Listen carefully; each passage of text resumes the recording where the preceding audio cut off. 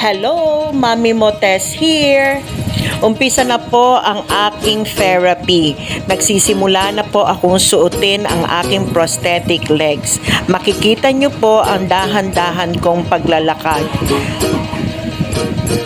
Nagpapasalamat po ako sa lahat ng mga sumuporta sa akin, sa mga tulong na pilit nyo pong ibinapaabot sa akin, whether it's financial or your prayers, napakalaki pong tulong nito sa akin.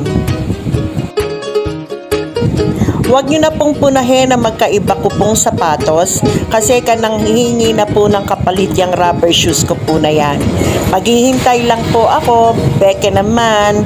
Gayon pa man, samahan po ninyo ako sa bago kong laban sa buhay. Salamat po!